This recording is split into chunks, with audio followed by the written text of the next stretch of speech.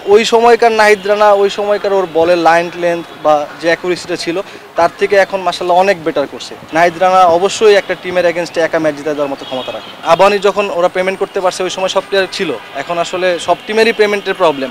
আবাহনীতে খেলতেছিলাম তখন থেকে আমি বলে আসছি যে আমি শেষ করতে চাই এখান থেকে। একটু তো ডিফারেন্স আছে যে আসলে আমাদের লাস্ট ইয়ার থেকে আমরা হয়তো 3-4 জন প্লেয়ার মাত্র এখন পর্যন্ত আছি এই টিমে, বাট বাকিদের আমরা রাখতে পারিনি আসলে পরিস্থিতির কারণে, একটা বাজেটের ব্যাপার থাকে। তো সব কিছু মিলেই একটু তো ডিফিকাল্ট আমার কাছে মনে হচ্ছে। না, এটা তো আসলে একটা আনফর্চুনেট ব্যাপার। আমার কাছে মনে হয় যে প্রত্যেকটা টিমের প্রত্যেকটা প্লেয়ার সাফার করতেছে। যদি আপনি মানে ডোমেস্টিক ক্রিকেটের চিন্তা করেন তাহলে বিপিএল থেকেই এই রেশিওটা শুরু হয়েছে। সো এরপরে যখন প্রিমিয়ার লিগটা সবাই মেইন বেস করে চলে, পুরো বছরের একটা পারিশ্রমিকের ব্যাপার থাকে এখানে, তো ওইটাতে আমার মনে হয় যে অনেক বড় একটা লস প্লেয়ারদের জন্য। But end of the day খেলতে হবে, কারণ এটার উপরেই বেস করে আমাদের সব কিছু ডিপেন্ড করে, যে ন্যাশনাল টিম থেকে শুরু করে আমাদের মেন প্ল্যাটফর্ম আমার কাছে মনে হয় যে ঢাকা প্রিমিয়ার লিগ। আমার কাছে মনে হয় যে এক্সাইটিং একটা টিম, যারা এখানে অনেক ইয়াং প্লেয়ার আছে, রাব্বি আছে, মৃত্যুঞ্জয় আছে, জিশান আছে, পারভেজ ইমন আছে, ওরা খুবই এক্সাইটিং। ওদের ওই চ্যাম্পিয়ন মনোভাবটা আছে যারা আন্ডার 19 থেকে আসছে।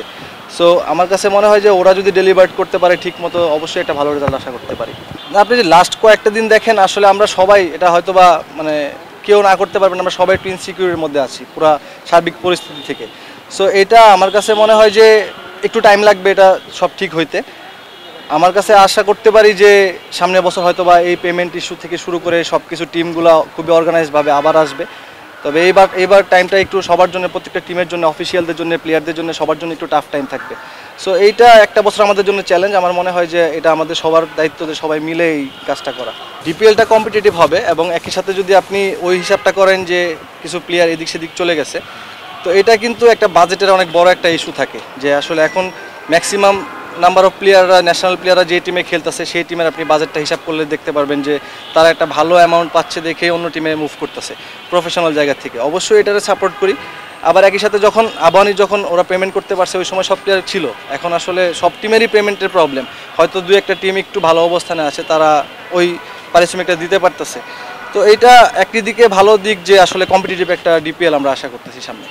আশাবাদী আসলে এখন রিসেন্ট নাহিদ রানা ভালো করতেছে এই জন্য আশাবাদী না। আমি নাহিদ রানা যখন শুরু তখন আমাদের সাথেই ছিল, আবাহনীর থেকেই শুরু ওর। তো ওই সময়কার নাহিদ রানা ওই সময়কার ওর বলের লাইন লেন্থ বা যে অ্যাকুরেসিটা ছিল তার থেকে এখন মাশাআল্লাহ অনেক বেটার করছে। তো সেই জায়গা থেকে আমি অবশ্যই আশাবাদী যে নাহিদ রানা অবশ্যই একটা টিমের এগেনস্টে একা ম্যাচ জিতে দেওয়ার মতো ক্ষমতা রাখে। ডিপেন্স, আসলে এই কন্ট্রোভার্সিতে আমি যাব না। আসলে এটা যার যার পার্সোনাল চয়েস আমি মনে করি। পারিশ্রমিকের একটা ব্যাপার তো অবশ্যই আছে এখানে। সো ওই জায়গা থেকে চিন্তা করলে আমার কাছে মনে হয়েছে যে না, আমার এখানেই খেলা উচিত, আমি এখানেই খেলবো। এবং আমি যখন এর আগেও আবাহনীতে খেলতেছিলাম তখন থেকে আমি বলে আসছি যে আমি শেষ করতে চাই এখান থেকে। সো ওই জায়গা থেকে আমার কাছে মনে হয় এত বছর একটা টিমে খেলছি, সেই দায়বদ্ধতা বলেন, ভালোবাসা বলেন, সব কিছুই আছে। তো সেই জন্যই আমার থেকে যাওয়ার। এটা আসলে আমার কাছে যেটা মনে হয় যে ডোমেস্টিক ক্রিকেটে ধরেন প্রিমিয়ার লিগে লাস্ট ইয়ার যদি টপ পারফর্ম কয়েকজন হিসাব করেন, এর মাঝখানে আমিও ছিলাম।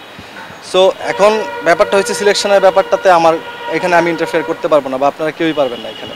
সো এটা তাদের চয়েস, আসলে তারা কীভাবে করে চিন্তা করতেছে, কাকে নিয়ে প্ল্যান করবে, বা কোন প্লেয়ারের কাছ থেকে তারা কতদিনের কী সার্ভিস চাইবে বা কীভাবে আগাচ্ছে।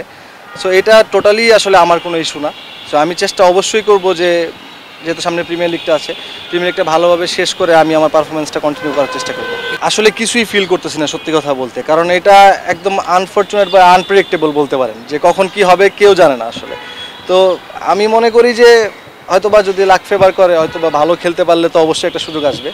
তাছাড়া আসলে কোনো ধরনের কন্ট্রোভার্সিতে আমি যাইতে চাই না আসলে।